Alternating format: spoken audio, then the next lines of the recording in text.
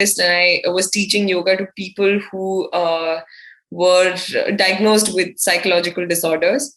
And this is again a very basic anecdote that I'll give you of my work, where I was actually teaching a girl who was diagnosed with paranoid schizophrenia. And so she had, at that time, she was going through these, like, her episode. So, and what I was teaching her was basically just basic breath work, like abdominal breathing. So when, and that's when I realized that I wanted to get into yoga. That was my exact moment when I realized that I need to get into yoga more. So the basic breath was breathing into 3-4 and out to 3-4. For her, even trying to focus on that was so difficult, because automatically what she's trying to do is finally kind of subduing her own, the mind that is being, kind of going in the flow, and she doesn't have any control of it, versus her trying to take control of it through her breath only. Right? It was very, very hard for her, to a point that she said that, I can't do this. My episodes are kind of increasing.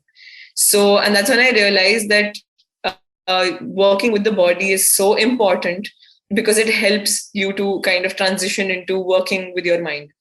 And that's the nature of the mind. The mind loves to be distracted. And we're going to talk about that also.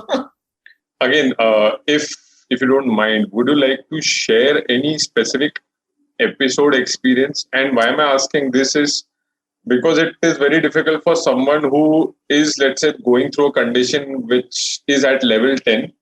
And when you tell them, okay, sit down, take deep breaths, it was very difficult for them to take even that action. So can you narrate any one experience, and how did you help that your student or patient? So I think I can talk about another aspect that I've worked a lot in, which is for people who were going through a rehabilitation phase. And so I was working with rehabs across a few places. And I was teaching yoga to people who had problem with substance before. So definitely, obviously, they were already in that detox period, because they're not with the substance at the moment. But it's very difficult for them to start breathing, like you said, just give them the instructions. So that's not what we do. So we work more, again, with something which is more tangible in nature. So I would work with the body more. I would give them more asanas to do.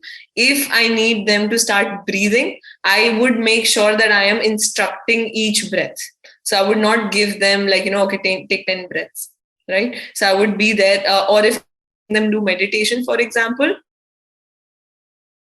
close their eyes and just, be there and think about thoughts. No. So that needs to be very tightly gripped. So what would work for them would be guided meditations, where I will be speaking the whole time. I will be telling them what to do, what they, so all those things are very, very important, to not just let them, and then slowly, of course, you grade it out. Once you start seeing that the person is getting more receptive and they understand a lot more, they can handle their own thoughts, and they can work without a lot of instructions, then my instruction will start coming down. So so most of the rehabilitation centers, I've worked a lot with starting with the postures. So they, again, and the best part would be, again, so you challenge them with balancing postures. So balancing postures in the beginning would be very, very hard for them, but you start grading them out, and you will understand that with the balancing posture, because of course the mind, your brain, the brain has been been in another state for such a long time, right? And it has been affected in a way that balancing would be really bad. But once they start getting it, they start feeling that confidence in their body again. So that's something that I've always seen,